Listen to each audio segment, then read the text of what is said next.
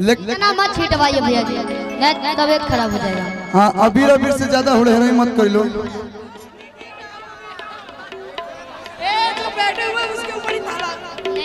हम जाएंगे, तबीयत खराब हो जाएगा।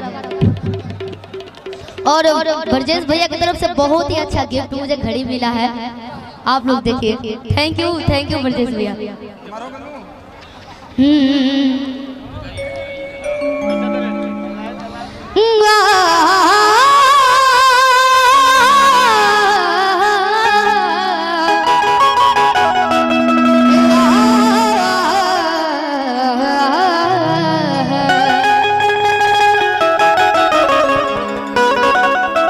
बहुत दिनों बाद हम सभी लोग मिले हैं और मिल करके बहुत अच्छा लग रहा है मुझे कि नैन छोड़ी से कतारी हो गई कि रूप के दुनिया पुजारी हो गई। अरे केहू नजरिए जब आके बस जाला तो कि बुझी हो कि प्रेम के बीमारी हो गई। वो सब गाना सुनी हाँ कि यार गाँव के छोकरों से मारली नजरिया आ घूमेली रहरिया इज्जतिया बदले राजाऊ। जोना गीत के लिखले बनी बड़ भैया विजय चौहान जी, एक बार वीडियो भी आ जाइए सामने, जो कि बहुत ही आप ये गाना लिखे थे। आपका क्या होगा जनाबे अली कि बिगड़ता मूड का है देखिए एटीट्यूड ये समर को। हर 10 जगह लागे 10 गो से बाधे कहता ने खुद सवर को। एक बार दोनों हाथ ऊपर करके आशीर्वाद दीजिए कि और हम लोग कोशिश करेंगे कि और ही अच्छा गाना हम लोग कोशिश करेंगे, अच्छा गाने का और लिखने का भी। ऐसे ही आशीर्वाद कर देते हैं कि बिगड़ता मूड का है देखिए एटीट्यूड सवर को कि 10 गो से बाजे नी 10 जगह लागे नी कहता ने खुद सवर को। हर लुटली बाजा कोनो दे दी सजा कोनो अरे मोहती मोहिया। क्या बात है। आई भैया तमाम भोजपुरी के श्रोता सुन भैया, चाचा भैया, माता बहन बड़ बुजुर्ग ये भी लोग उपस्थित बा। हम विजय चौहान नतमस्तक। टोनू जी को बोलिए ना, टोनू जी कहाँ हैं? अरे लुटली महाजा कोनो अरे दे दी सजा। टोनू जी मेरे पास आ जाइए, विवेक जी भेजिए। मोहती मोहिया के खा जाई दहिया के छाली कि अपनी तो जैसे तैसे थोड़ी ऐसे या वैसे, अपनी तो जैसे तैसे थोड़ी ऐसे या वैसे कट जाएगी।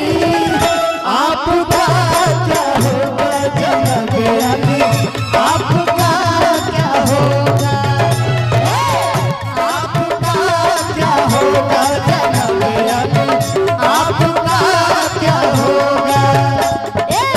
अपने तो जैसे तैसे थोड़ी ऐसे या वैसे, अपने तो आपका क्या होगा जनाबे अली, आपका क्या होगा, आपका क्या होगा जनाबे अली, आपका क्या होगा। कहे का भैया? आई भैया रोक दी। हर काम के छोकरवन से मारली नजरिया। रउआ लोग के प्यार दुलार आशीर्वाद हमनी के ऐसा ही सदैव मिलत रहे।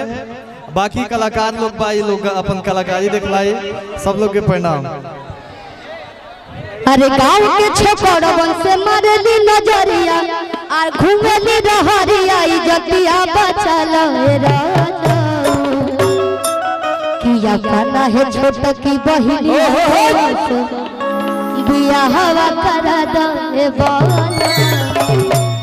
क्या बात ए खुशी जी, खुशी मधु जी, खुशी जी, मधु जी, खुशी जी, मधु जी, खुशी जी आइए इधर। मधु जी किया जना फगुनावा में देहरा मधु जी आइए इधर।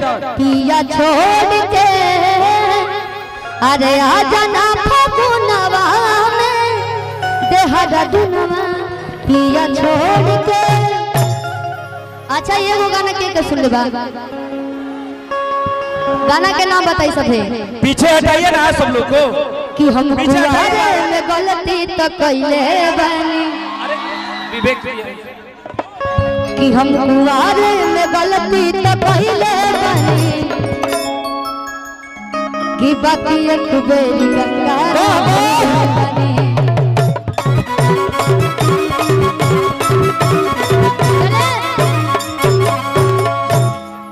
अरे नैहर में ये गोरी कुछ कैले रहू की ना, कि कोनो याद से प्यार के मोहर तुमर बवले रहू की ना, कि पियावा के कसम सच बोल रनी। मधु जी बुलाइए बुलाइए बरजेश भैया। हो पियावा के कसम मधु जी। सच बोल रनी। मंच में से हटिए यार आप लोग और प्लीज रिक्वेस्ट है भाई मेरे उतर जाइए। छोटी छोटी जी यही है ये आइए छोटी छोटी खुशी जी। खुशी जी कि ये छोटी तहरा चोटी से चोट लगता। बहुत सारा गाना के आशीर्वाद प्यार मिलो कि ताजा ताजा फल रसदार बड़ुए, अरे वही तो गरम बाजार बड़ुए। ए भाई पीछे हटा लो क्यों गलत रसदार बड़ुए। चलते हैं। हेलो हेलो हो ताजा ताजा फल रसदार बड़ुए, और वही तो गरम बाजार बड़ुए। क्या बात है? ताजा ताजा फल रसदार बड़ुए, अब ही तो गहरम बाजार बड़ुए। चल ठेला पावा के लाले हम बीछी के हो, चल ठेला पावा के लाले हम बीछी के हो। प्रोग्राम बंद हो जाएगा, रहने दीजिए, प्रोग्राम नहीं होगा। उतारिए सबको मंच से उतारिए, प्रोग्राम नहीं होगा।